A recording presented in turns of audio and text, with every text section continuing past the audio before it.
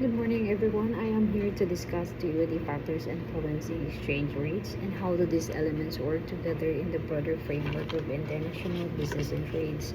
So, supply and demand of currency exchange rates are mainly determined by how much currency is demanded versus supplied in global market. For example, demand. Foreigners buying goods and services,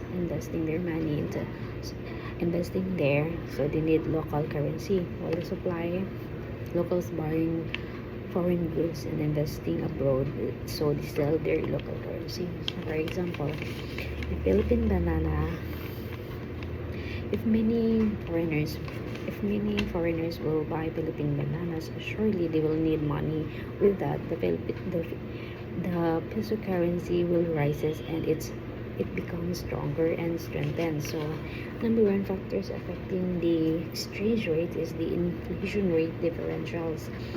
Countries that has a low inflation rate usually have a stronger currency because their purchasing power remains stable. So for example, if the Philippines has only 3% inflation rate, while the other neighboring countries has 10%, surely the Philippine peso may remain stable and stronger because prices are rising more slowly.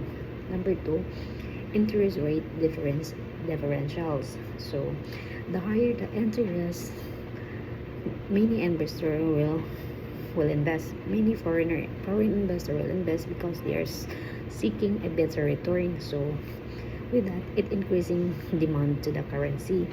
Say for example, if the Bangko Sentral ng Pilipinas will has a 5% interest rate and they will change it into 6%, so it will attract the foreign investor because of the interest rate is increasing, so the demand of the peso will be appreciated. Number three is the current account trade balance. A country that exports more into a country that exports more than into import will generally experience stronger demand for its currency. So for example, if we export Philippines, if we export more in electronics and bananas than imports, so foreign need peso, so it increased demand for our Philippine currency. So number four, terms of trade. So trade measures export prices relative to import prices. Better export usually strengthen the currency.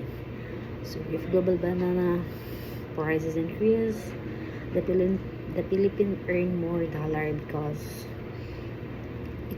it more dollars from exports, so which can support the peso.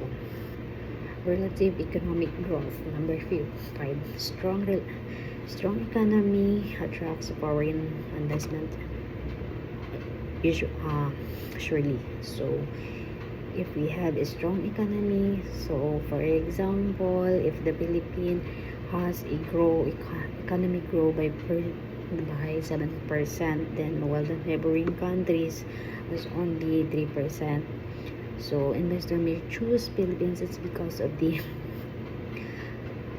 economy, the grow economy that the Philippines has. So unfortunately, it's just an example because Philippines is not a not because the Philippines doesn't have a strong economic growth. Next is the political stability and governance. So stable governance and sound policies will surely attracts and give confidence to investors. So for example, if the Philippines has a very stable governance, it will surely that maraming mga mag-invest sa atin. It's because of we have a strong governance, and unfortunately we don't have, as far as I know, New Zealand, Switzerland, Germany has a stable and strong governance. So we can see that they are the very progressive. They are part of the core nation. They are very progressive mga mga progressive countries. We are 23 years behind. So market speculation and sentiment, traders expectation can influence exchange rates before even it occur. So kung ako, if I am the investor and I will believe that the peso will weaken, I will sell my peso, because if not, mag-depreciate yun. So habang maaga pa, I will buy my peso, and in return, the peso will depreciate. So magiging tawag nito, mag-depreciate yung peso, mawala ng value kung keep on selling our peso. So number 8 is the central bank intervention. Central bank can influence exchange rate by buying and selling currencies or changing interest rates. So the BSP may sell US dollar from its reserves and buy pesos to help prevent excessive peso depreciation. For the remittance flows in the Philippines, specific factors. So number 1 is the OFW. OFW work on send foreign currency home, so increasing the supply of dollars and supporting the peso. So, for example, an OFW send 1,000 USD to their family here in the Philippines, so pesos, and buy pesos to help. So the peso naging converted into peso, increasing the demand in peso, kasi nga $1 is equivalent to 60 pesos, so the peso increases. So how do these elements work together in the broader framework of international business and trade? So these factors work together to determine the value of country's currency, which directly affects in international business and trade.